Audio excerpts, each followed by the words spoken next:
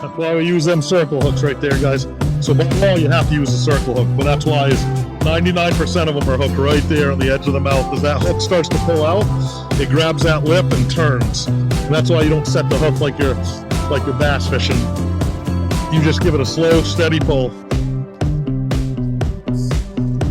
Well, that's the result right there. We're gonna let that beauty go and catch another one. Wednesday, 8/20 at 7 p.m.